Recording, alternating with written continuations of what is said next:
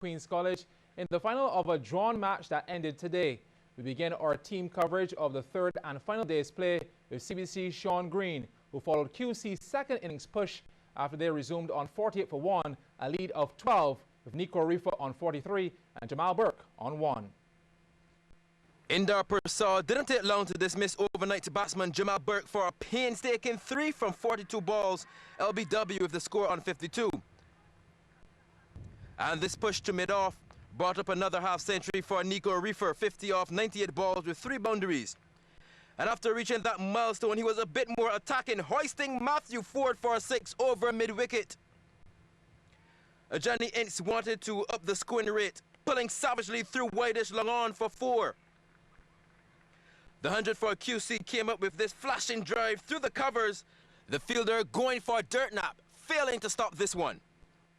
And Ince wasn't inching, he was flying. And speaking about flying, say bye-bye to this delivery that's gone. Rifa had a scare when he was on 76. The appeal goes up for a caught behind, but the umpire is unmoved. And what's he so excited about? The umpire says no, it's no. But I'll tell you what was moving the bails. Jamil Miller putting an end to the Ince cameo of 22 of 16 balls. Rifa, though, kept flowing and going, lofting this one down the ground for another 4. But his new partner, Jazz Griffith, was singing the blues after this shot, caught at backward point for duck.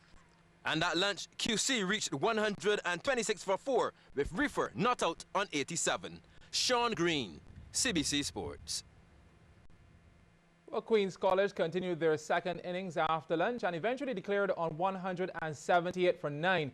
Nico Rifa top scored with 121 to follow up his first innings knock of 65, while Jamil Miller took 4 for 16 and Indar Prasad 3 for 45. We pick up the action after lunch. Queen's College 140 for 6. Indar Prasad to Osazi Smith, caught and bowled for 8. QC 145 for 7.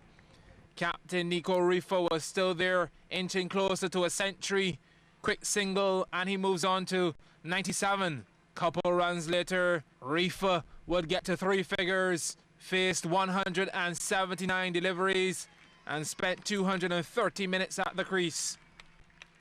Comomere, though, still made life hard. Rifa and Jabir Marshall going for a second run, but excellent throw from Caston Stout, direct hit. And Marshall goes for 7. Queen's College 8 wickets down. Not to fear, Rifa was the anchor man, and with time against them, he started to free his arms. 4 over cover of Zidane Clark, 169 for 8. Rifa had a few lifelines along the way, misjudged by the fielder coming in off the boundary. 2 more to the score. Prasad now to Rifa, picks the gap through extra cover and into the ropes. But Prasad would have the last laugh. Rifa bowled for 121. The score now 178 for 9. And the declaration coming immediately. Rifa's innings included 6 4s and 1 6. Comomere requiring 143 for victory then. Very comfortable with their start, having already secured first innings points. A draw would do the job as well. Matthew Ford piercing the field, 4 runs. Then Ethan Hicks to Ford, another boundary. Through square leg this time. Comomere at the tea break then, 29 without loss. Well, Comomere were under no pressure to chase down the winning target, so just before 5 p.m. the game was called off as a draw with Comomere on 90 without loss. Matthew Ford was on 63 and Seth Agard on 22. Scores in the match, Queen's College 129 for 5 and 178 for 9 declared. Comomere 165 for 4, match drawn. So Comomere declared the champions by virtue of first innings points. Congratulations to them indeed. Well, it took about 6 matches, but Barbados finally secured a victory at the Netball World Cup in Sydney, Australia, when they defeated the winless Sri Lanka team by 34 goals in the qualification round. The Gems led their opponents from the get-go, including a 37-17 halftime scoreline. Shaniqua Thomas netted 15 over 22 attempts as goal attack, while goal shooter face City had 35 of 46. Shanika Wharton, who came on late in the game, shot 11 from 14 as goal shooter. Wharton has come on the court in that goal shooting position. So all four shooters getting a little bit of action here. And Wharton, she's probably the strongest shooter for Barbados. I'm guessing that she's just been trying to recover from some kind of injury. She's been down on the deck a few times through the World Cup so far, but they're a great pairing, Thomas and Wharton for Barbados. There is we isolate quarter by quarter score, so Sri Lanka's best quarter was definitely the first, really dropped off badly in that second, picked it up a bit in the third. Good support again through the court by Blackman.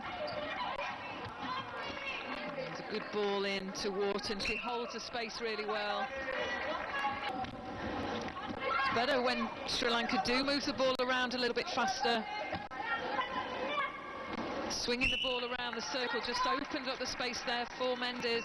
For always is Darshika Abiwikrama. Really tall, skinny goal shooter for Sri Lanka. Well done by Wharton, nice finish.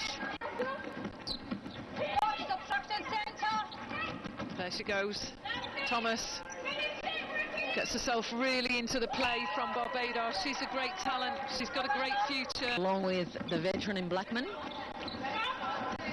Yeah, she's taken 20 shots, scored 15, but she's been a key playmaker in the Barbados side. And it is for Barbados.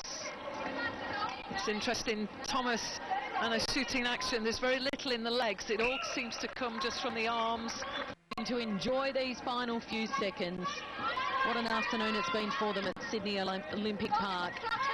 Still plenty of time. Oh, what about the take from Thomas? Can she keep it in play? It comes the way of Wharton. Wharton needs to turn around and shoot. And do it quickly to add the exclamation mark. And Shanika Wharton does just that. Well, it took 5 days to get here. It took 7 days to get a win, but it was worthwhile. Smiles all round for Barbados. The final margin, 34 goals. Barbados celebrating their first victory at the 2015 Netball World Cup, 67 to Sri Lanka 33. Well, Pan American and NACAC silver medalist Ramon Gittins will head a 6-member Barbados team to this month's IAAF World Championships in Beijing. Gittins and Levi Cadogan will contest the men's 100 meters, Shane Brathwaite and Gregmar Swift the men's 110-meter hurdles, Kerry Beckles the women's 100 hurdles, and Akila Jones the heptathlon. The head coach is Brian Holder, the manager Catherine Jordan, and the medic Shalise Jordan. The World Athletics Championships run from August 22nd to 30th. The Barbados Open Invitational Water Polo Tournament is back again for its second year, and Public Relations Officer for the Games, Sid Robinson, says the Barbados team is prepared and the facilities are ready for the hosting of the event. Preparations are going very well. We have our infrastructure in place. We have our Water Polo Club Committee who's been working very, very hard behind the scenes, along with Laz and the juniors, and everybody's been really pitching in. And I think that we're going to have a very successful tournament. We have the teams coming today, and our tournament starts tomorrow evening, 6:30 at the pool. And one of the highlights for the weekend will also be our beach game at the Barbados Cruising Club. And we find that every time we do a beach exhibition game, it's a huge draw. People tend to really get to know the sport more when we play at the beach. You know, it's a very relaxed, family atmosphere. The United States and Trinidad and Tobago will be participating with over 30-plus athletes. Barbados head coach Laszlo Huruza says the overseas teams will bring experience, but believes his team can do well. I expect the senior team, definitely play for, gold. That's definitely, if you are an athlete or anything to do with sports, you have to go always for the gold. Otherwise, it's not worth it already. So I do expect the senior teams competing for the gold, and I hope we can actually, bring it home. And it would be I would love to see both teams actually being in the final, competing against each other. Even though the junior team's gonna have a little bit tougher competition, as I said, even the Trinidad team is a younger team, but that's the national team as far as I know. So, you know, they're gonna be very well prepared teams as well, you know, as the New York team is, you know, a lot of former professional players and college athletes, so they may not be as good of a shape as the Trinidad team, but they're gonna definitely bring the experience. Well, the games get underway tomorrow through to Sunday at the Wilde Aquatic Center. Start time on Friday is 6 p.m. and the other days from 9 a.m. That's it for sports. The business report is next.